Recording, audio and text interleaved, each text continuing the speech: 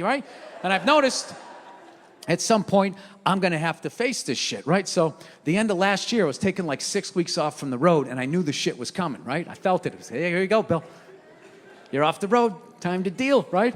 And this time I was like, you know what, fuck this. I'm just gonna sit in this shit as long as I could sit in it, you know, and see what happens, right? So it took about 3 days before my wife noticed, right? I was sitting over in the corner, I had like an Afghan like wrapped around me. I wasn't shaving and shit, and I'm just sitting there watching TV all day. And you know what's funny? When you shave your head like this, it looks like you know jujitsu possibly, you know? But after 3 days, you look like some retired shoe salesman, you know, that didn't get the gold watch.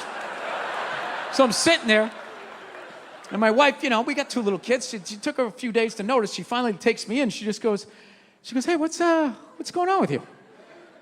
She's like, is everything all right? And I was like, no. And she's like, what's the matter? And for the first time in 20 years of knowing her, I actually communicated an emotion.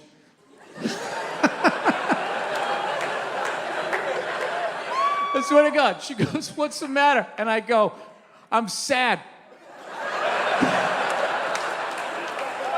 Exactly. That's fucking hilarious coming out of a man's mouth. It's just funny. Yeah. She didn't know what the fuck to do. Right? Men aren't allowed to be sad. We're allowed to be one of 2 things. We're allowed to be mad or fine. That's it. Right? Those are normal behaviors of a man. You can be mad like, Jesus Christ, who put this here? How many fucking times do I gotta say, keep this goddamn area clean? Jesus Christ, somebody's gonna fall and break their fucking neck. I'm so tired of, I said it once, I said it 100 fucking times, right? And then what does your wife just fucking rolls her eyes? Just send him out in the yard, let him walk it off, throw him a beer out there, he'll be fine, right? Yeah, he'll be good, right? You're allowed to be that or fine. How you doing, Bill? I'm fine. You sure? Yeah, I'm sure. I said it was fine. Why the fuck would I say it's fine? Then you're just right back over there. And your whole fucking life is that. And what's weird about a guy is we feel all the other emotions, right? Melancholy, being sentimental, enjoying a sunset, all of that type of shit. But all this in here is just called gay, right? It's just a giant bag of gay. You swing it over your shoulder and you just fucking throw that in the woods. That's it. You do that for half a century, one day you grab your fucking chest and you go down and then that's it. It's a fucking wrap. Yeah. So I'm an old dad. I gotta be here for my kids, so I gotta start figuring myself out here. So, yeah, I just told her. I was like, fuck it. I just said I'm sad. And she just went, oh.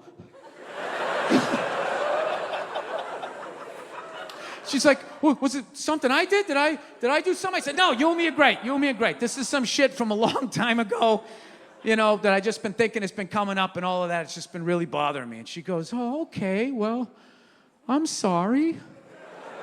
I can fucking... That was brutal. I don't want to be this guy, you know? I'm halfway through my life at this age, you know, and I've been an angry son of a bitch, and I got to turn this around, man. I'm embarrassed with my... I don't want to be that guy. You die as the angry guy, that's the worst dude to die as, because then people got to try to think of happy shit to say about you at your funeral. They're just sitting there like, he always paid his bills on time, you know, you got to give him that, you know? But damn it, you gave this guy a bill, he paid it. This guy was a bill-paying son of a bitch. Ironed his shirts, I got nothing. I don't know what else to say about the guy. He's just...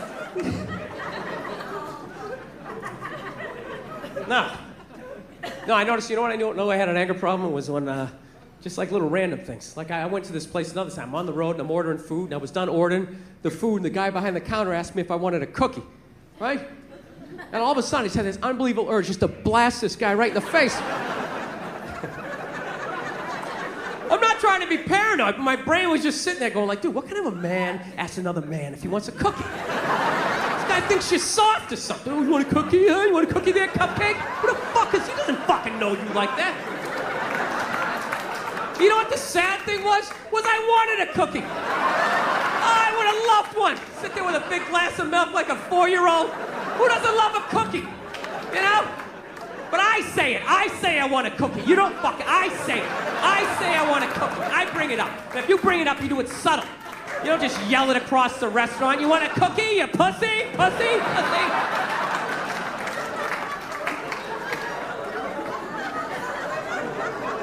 Yeah, so that's what I realized. I gotta... Anybody else's thoughts just wake them up in the middle of the night? You just wake up, you know, I don't think I'm gonna make it, you know? No. You know, my big move was to, actually, I'm a lot happier than I used to be, man. I fuck around a lot when I'm up here, but I'm definitely a lot more happier. My big move, you know, I decided I wasn't gonna go home for the holidays.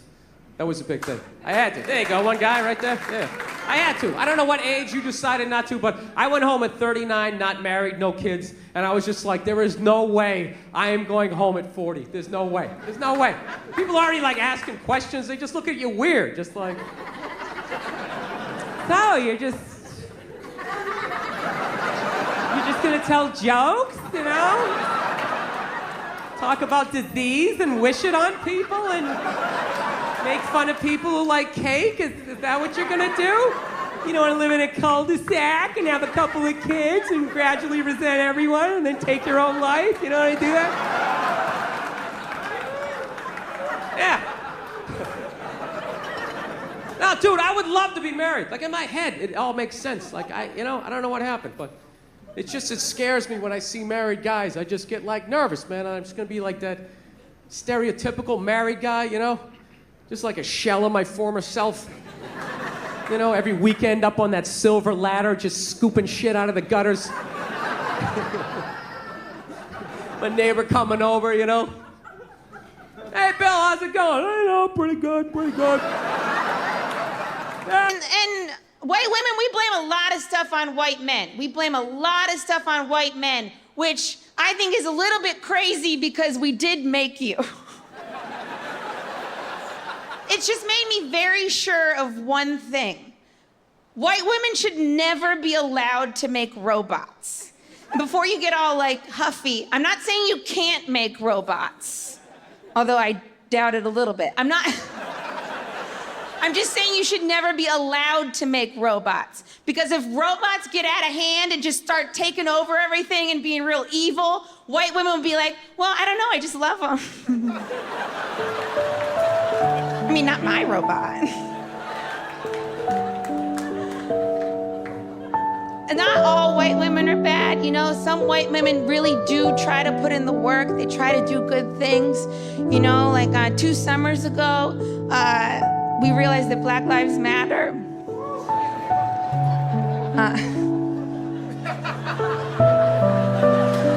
Well, then we fixed it. We did.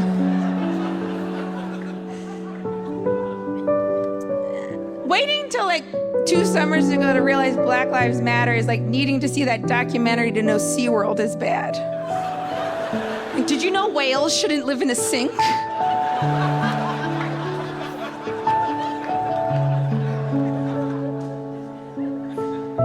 But white women, they really put in the work. You know, we protested, we made signs, we really tried.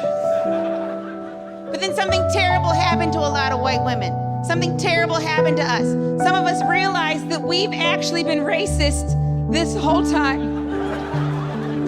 We were shocked. We were so shocked, we pulled our purse closer.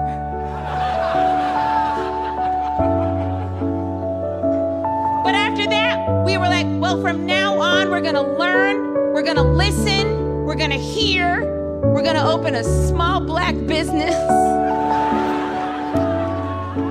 But most importantly, from now on, we're gonna do better. We wanna do better. And all jokes aside, I think that's the only way forward for us as a society. You can't change the past. All you can do is better moving forward. And I think that's what we should try to do. Except, that's almost exactly the same thing men said about MeToo, and we found that answer completely unacceptable. Men were like, us? The whole time? Well, from now on, we're gonna learn. We're gonna listen. We're gonna hear. We're gonna open a small Black business. poorly. From now on, we're gonna do better. We wanna do better. And we were like, no, not good enough. You all have to die. It doesn't matter what you did. You could have raped somebody or accidentally whispered into a boob. It's all the same. And you have to die. Me Too was the worst run movement I've ever seen. We ran Me Too like Amelia Earhart.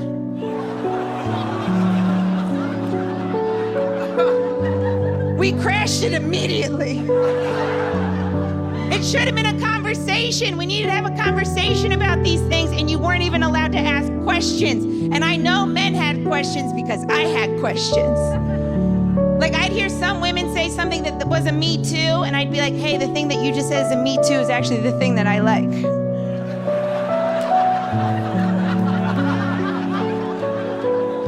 So how we tell men about that? Some women would be like, men shouldn't use their power to have sex. And then other women would be like, I like when men use their power to have sex. And then men were like, can you tell us which one you are? And we were like, no, but for different reasons. Some women would be like, this man, he hit on me at work. It made me uncomfortable. That's harassment. It's like, okay, so do you want no one to hit on you at work? No, I